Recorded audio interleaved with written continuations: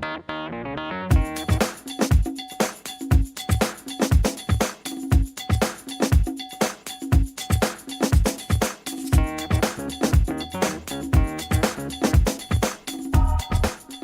to the Northeast Kingdom Voice. I'm your host, Scott Wheeler. Today's guest is frequent flyer, author, Tanya Sousa. Welcome back to the show. I'm glad to be back. And apparently, it looks like we're talking about writing and eating. Writing and eating go together very well, I think. Right. But actually, reading is part of it. I've been reading your posts on Facebook about your explorations and your experimentation in the Philippines with food, and I thought this is the same Scott that I've known for years. A little bit surprised. Penny, you know what Penny's looking down? Yeah, I know what she's doing. She's saying, you would not eat that for me, because I've been a fussy eater. I really have.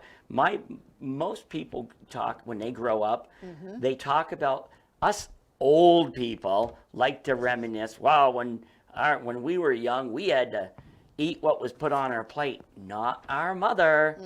She would take, if us three little angels wanted something different, she'd have 3 different meals. Wow. Going, which she was fussy herself, which then created 3 pretty much fussy boys. So now that I'm connected with Southeast Asia, I've had to learn some new forms of eating. Right, and I think that's really good for you and exciting.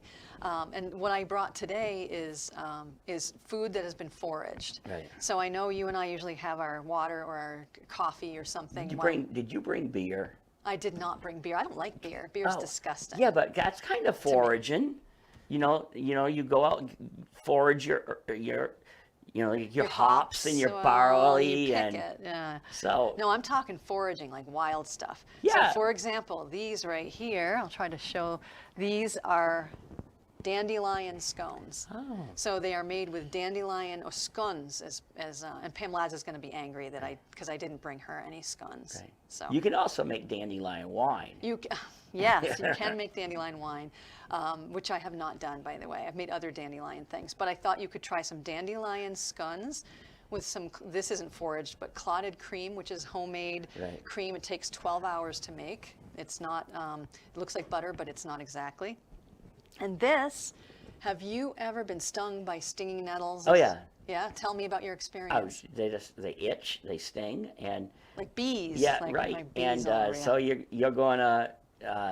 Is that going to do that to my throat now? No, it's not. It's a stinging nettle tea with a little bit of lemon balm in it. Right. It's made from leaves, so there might be leaves floating around in your cup.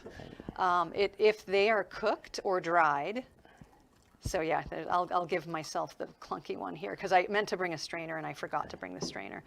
You know, you would actually love it in Asia about foraging because there's so much to forage over there. Just about every kind of, fruit imaginable grows there, and there's so much you can eat. And that's wonderful. Now this, I know it's got all sorts of green stuff floating in it. You can drink it that way. They generally do. You might not like it. That's fine. Yeah. It's fine, he says, crinkling up his face. Oh, no, it's fine. no, it is. It has a little honey in it. It has, to me, it had, at first, I noticed, you might tell me I'm all wet here, but I thought there was a little spinachy smell at first. That is completely right. That is completely right. It does. It tastes a lot like spinach. You can cook it. I don't think it tastes like spinach. I think it smells like. Well, it's not just. This is lemon balm with nettles, and with a little bit of honey. Right. But you can cook it. You can saute it up with garlic and, in a pan, butter and garlic. That tastes a little bit like spinach. It really does have a spinachy smell and flavor. This is almost something that I could see being over in Asia because. And so what did you say this was made out of? This is a dandelion scone. Right. And so it has dandelion petals in it, and this is clotted cream, which is wonderfully sweet. So if you would like to try.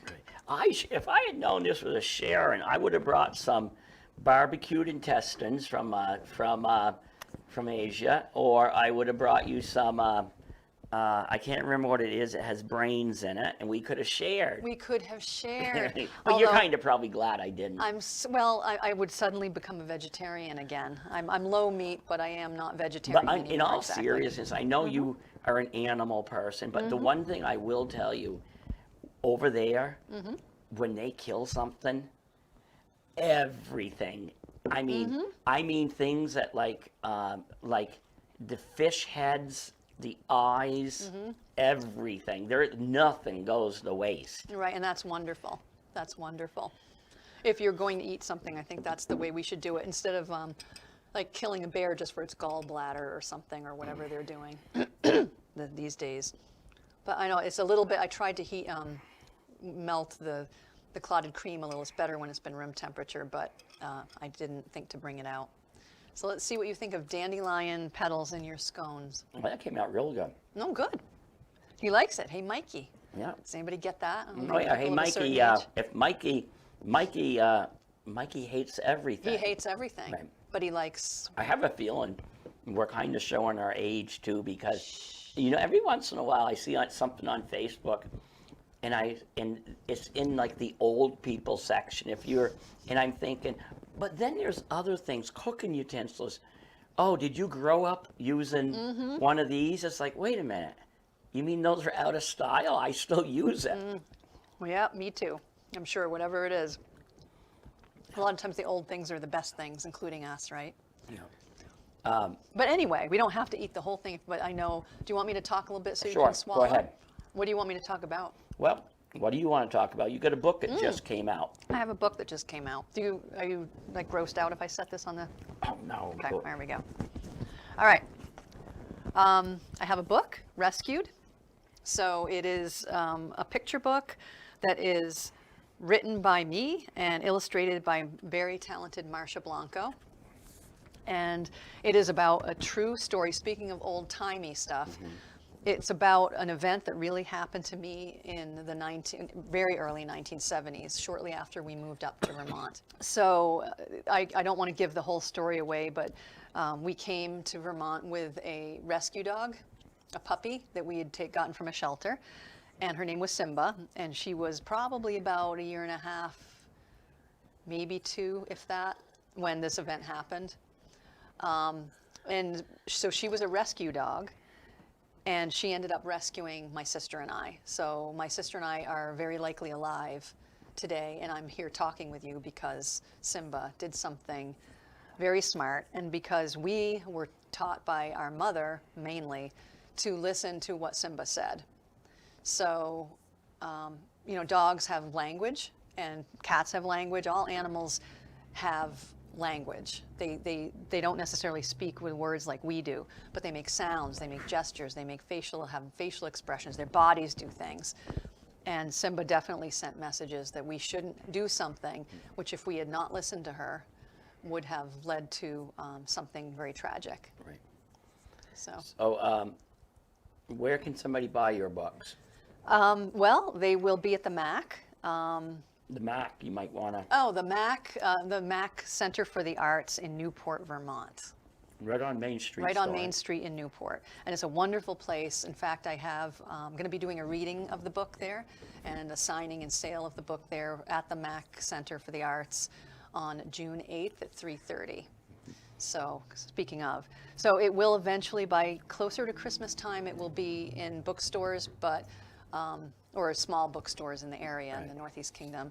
And then, but mainly if people want a signed copy, they should contact me, which they can do so at Tanya Sousa at yahoo.com. Right. Are you on, do you have a Facebook writers thing, or is it only just a personal? I have just the personal one, but right, that's public. So that is my writing and my life are interchangeable. Like I just so don't believe they can in find this. you on. They can find me on Facebook. And Sousa is Sousa. And Tanya is Tanya, not T-O. Oh, yeah. Oh, that's right. Yeah. It was misspelled somewhere recently. Right. Yeah. So how many books does this make you, or do you even remember? Oh. I know I struggle myself with mine, remembering. I know, because it's not like we're on to the next thing, right, and right, we love them all, but we don't necessarily count them. I have, for picture books, 3, 4, this is the 5th. And I've written a novel, and I co-authored a novella, and then I have a lot of stories in the Chicken Soup for the Soul series. But those aren't my books, but I have stories in them, and places like that, magazines and things. Now you brought food, you brought your book. How does this all weave in for you? Food, foraging, and writing. Well, nature, and I write things that promote empathy for all living things. That is my, or things that are fun. Sometimes they're just for fun, but usually they are they're to promote empathy and understanding and nature of all kinds. So whether it's a dog in your home, whether it's another human being, whether it's the bees and the wasps, whether it is dandelions and understanding that a weed is only a weed if we consider it a weed. Right. So I guess my whole bent is to connect people to nature. And even in the bed and breakfast that my partner and I run, he and I are both of the same mind. And I like to serve things and show things that are nature connected. So I serve the scones made with dandelion petals, lilac petals, anything that I try to teach them. I show them when they're there that we don't smush the ant. We catch the ant, we put it outside. We catch the wasp, we put it outside. Things like that. You know, when it comes to the foraging bit, you probably realize that you're not inventing something new. You're actually going back in time where foraging was, well, since the beginning of humans we did, but even during like the Depression era particularly, there was so much foraging. Like there was why am I forgetting her name? She was a woman around town of minimal means, and she would pick thousands of these. Oh, Sophie Story. Oh, that name sounds familiar. Sophie would pick all these little teeny strawberries, which I don't think we really have anymore. They're wild strawberries. They do. I think we ignore them because they're too small. And she would pick thousands of them and sell them, and so we've always had like the people picking dandelion, young dandelion. They had, from what I understand, you had to do it young. Right. Even burdock roots or shoots. And so it was. So you're kind of bringing back some of the old ways. Well, and a lot of that is like you and I were talking about poverty at one point. Yeah. And poverty, a lot of it is, it depends what you define as poverty. But my mother grew up in Germany during the World War II, and they moved the women and children from Berlin, where they lived, and sent them to a village called Heiligenstadt, which became East Germany. The reason I'm talking about that is because her grandmother was not a wealthy woman by any means. She had a small little house, an outhouse, and but a big garden, and she knew how to forage. So I was raised, even when that made a big impact on my mother. So when my mother came over here to marry, when she married Dad and came over here, and we settled in Vermont, she was we didn't have a lot of money. She wanted to stay home and raise her children. Dad had his own business. He didn't earn a lot of money, but we always ate richly and lived richly. And she had a huge garden.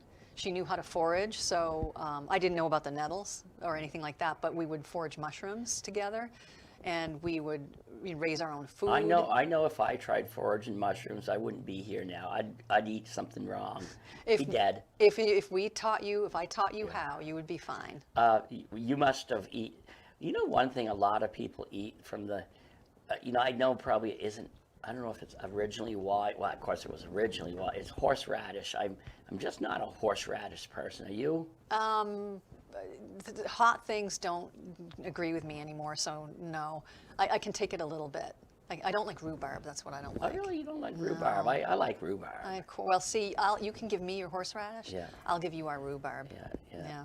And But old times are, I think, it's going to be more important. I think we should be teaching these things in school, Right. because if something does ever go wrong, you need to know how to grow your food. You need to know how to eat. And I think actually COVID helped a little bit with that, because a lot of families that I had worked with in schools were gardening together. Yeah, no, the true is they were almost like what they called victory gardens back, COVID brought, because, first of all, COVID wasn't good.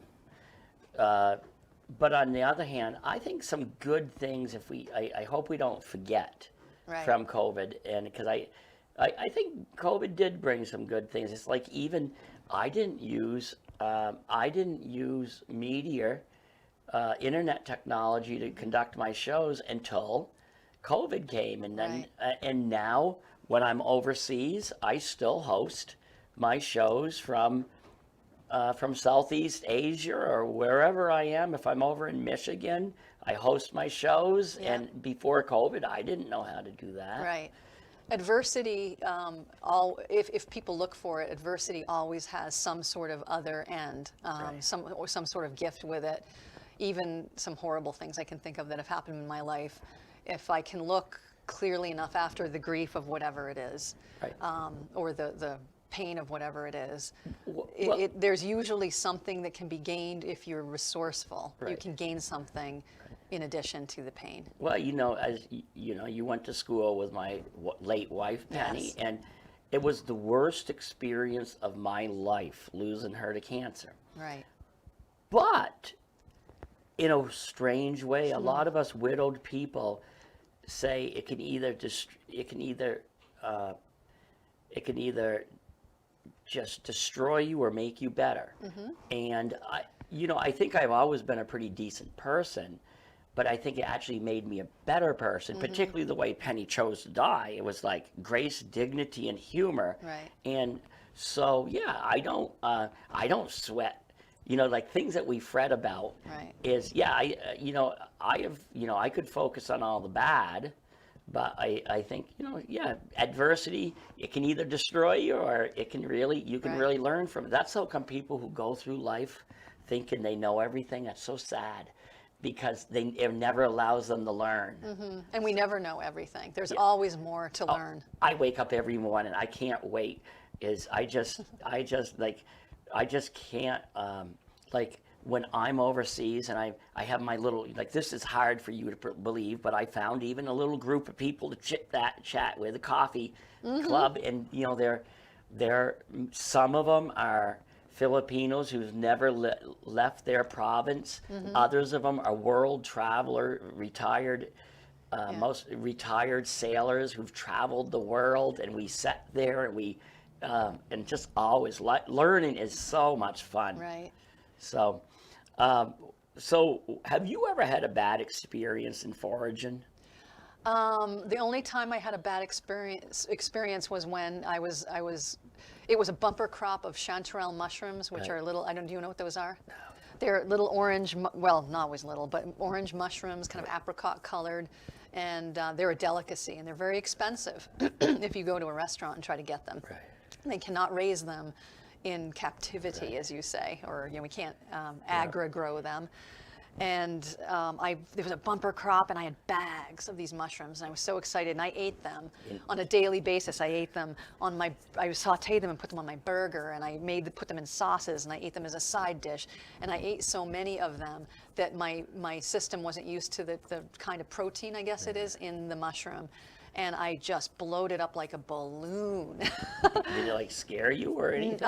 No, because I knew it wasn't, because they weren't poisonous mushrooms. I know how to identify those, but I just knew, and I ate too many. So it's things you're not used to eating. You probably shouldn't eat a whole lot of it once, because your body isn't used to processing that thing. Right. So I learned that. It's back to Penny. I remember when Penny was dying of cancer, she said we were driving along the Coventry Road or near it, and Penny died in July 2022, And we're driving along. She said, I'd like to have some fiddleheads. She loved fiddleheads. Oh, yum. So I stopped and took off my hat and I collected. Cause it was that time of year, and there weren't a lot of them, but I managed to forage her her last meal of fiddleheads. Oh. And because she grew up poor, but they grew up, they worked the land, they did whatever, right. And so she loved fiddleheads. And because Penny kind of grew up different than me, she ate, pretty much. The one thing she could not eat, to her dying day, she would not eat a banana. She could eat almost anything. The very smell, even if I ate a banana, I'd have to brush my teeth before I got too close. She just couldn't, Yeah, there probably was something her body was telling her that was not a good thing for her body. Right. Maybe she would have been allergic or who knows. Right. But because Courtney can't eat eggs. Oh, really? He's not allergic to eggs or anything, but ever since a baby, he did not want to eat eggs. His mother would try to feed him eggs, and he'd refuse them. Just something about them would turn him off. Sometimes there's just that thing. When it comes to foraging, there has been even some instances here where people misidentified. Like there was one fella who got himself, he thought he was going to have a nice meal, but what he had was false hellebore. Oh, wow. And you know what false hellebore is, right? I've heard of it. That's a mushroom. No, it's a plant. They grow around. And okay. It's deadly. And weren't good. He made it, but. Do you know what it looks like? Yeah, it's well, some people say it. Now, if anybody's listening or viewing, if you think I don't know what I'm talking about, it's probably because I don't. But I think some people said it. People confuse it for skunk cabbage. Oh. It's a leafy vegetable a leafy plant that grows along rivers and such. So, so there's, I just know me because I'm not that detail oriented. Well, I would look at that mushrooms. Well, close enough. And I suppose close enough isn't always good. No. No, you should be 100% sure. I forage things that I'm absolutely sure of. What about birch bark tea? I've never had that. Yeah, you can do that. Yeah, I'll have to look into that. There's something called bishop's weed, even weeds in the garden that are invasive. Like bishop's weed is this plant that is what we call variegated, so it has green and white, different colors on the leaves, and it grows and it just goes everywhere and can be very invasive. I just found out yesterday you can eat that. Right. And it can even be medicinal as well. Most of these things can be. So we've got a bunch in our garden that we're like, we've got to eradicate that. So if we're going to eradicate it, we're going to eat it. Right. So anyway. I know I have an acquaintance. If I was going to be on Survivor or something, I'd want him with me, Brian Lapierre. He's like a forager, and he can go like trout lilies, leeks, and all that. Wild leeks. And but leeks are one of those things. Is one of those things with me that I really have to have limited milk, because I think those. Right. And I can't eat them at night either. Or right. It just it kind of comes out your skin. Yeah. Yeah, you wouldn't want to eat a lot of them. Definitely not. Now, do you have any writing projects coming up? I've just come up with this. Do you have anything? No, I've threatened myself with doing another collection of stories. Of course, I write all the time anyways, but I don't know if I'm going to do another book anytime soon or not. Well, you're kind of busy. Well, yeah, but wherever I go, like a lot of people think when I'm traveling that I'm on vacation. No, I work. Technology allows me to work. I don't know. I absolutely love doing what I do, but here's the thing: is you're a marketing guru like some of the other people, and this is funny. I love people. But I don't like marketing myself, like that. Going to these events, you will agree at least, going to some of these events, especially like, say, day-long events, they're tiring. People don't realize you set up. It's exhausting talking to people all day and trying to sell and talking about your work. And Yeah, it is, especially if you're an introverted person. Like, there's something called an extroverted introvert, which means you can function well with people, but it does have a draining effect that that maybe not everybody feels. Some people feel very pumped up doing things like that, and other people, you sort of enjoy it at the moment, but then at the end of the day, you're like, oh my word, I need to sleep now.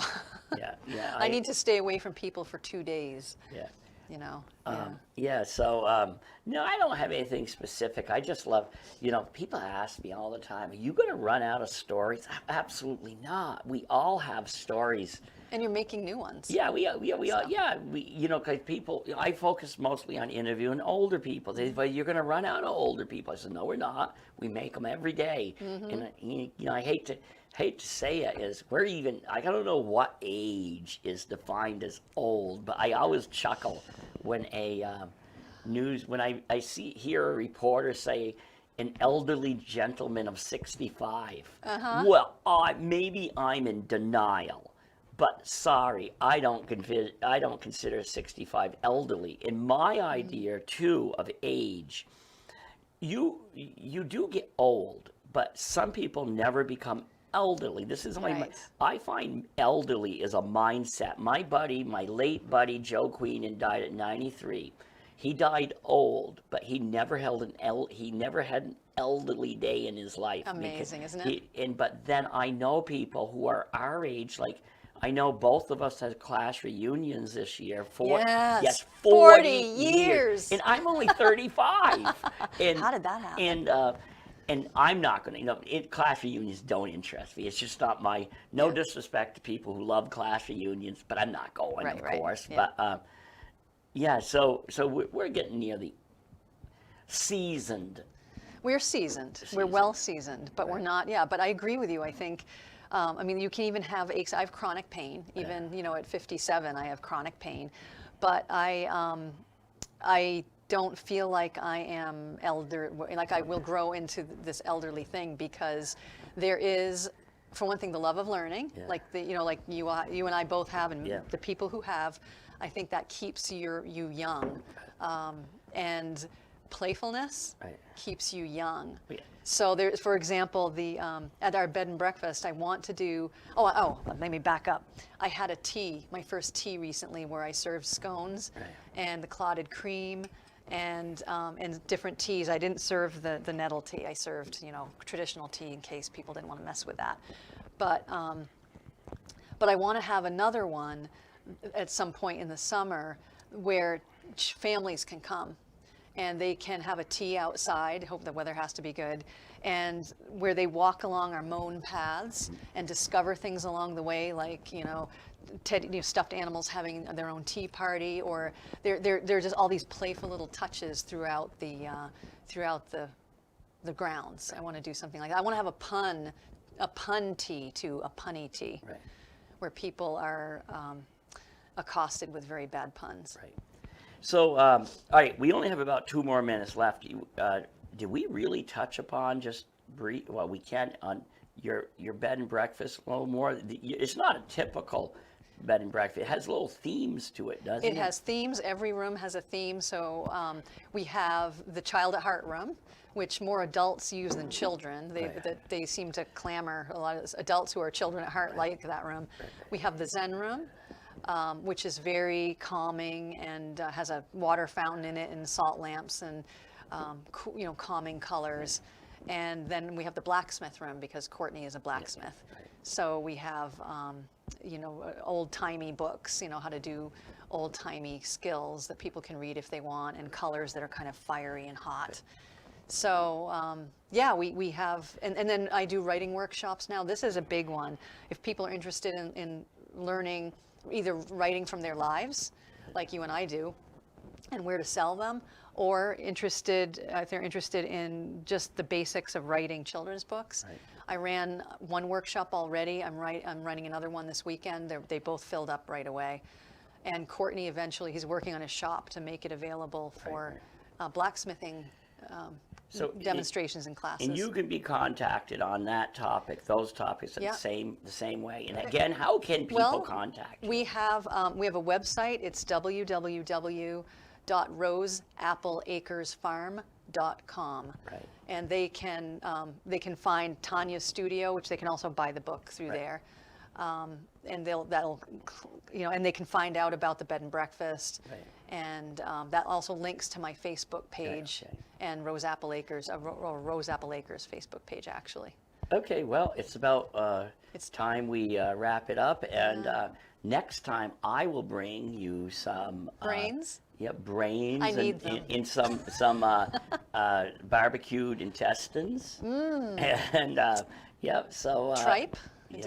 Tripe. Yes. Where did people? Now that's a different thing. Like, where did people look at a cow's stomach, and say, "I want to eat that"? Wow. So animals eat anyway, but anyway, we don't have time. Okay. Thank you. And thank you for coming back on, and thank you to the viewers for tuning in to another segment of the Northeast Kingdom Voice.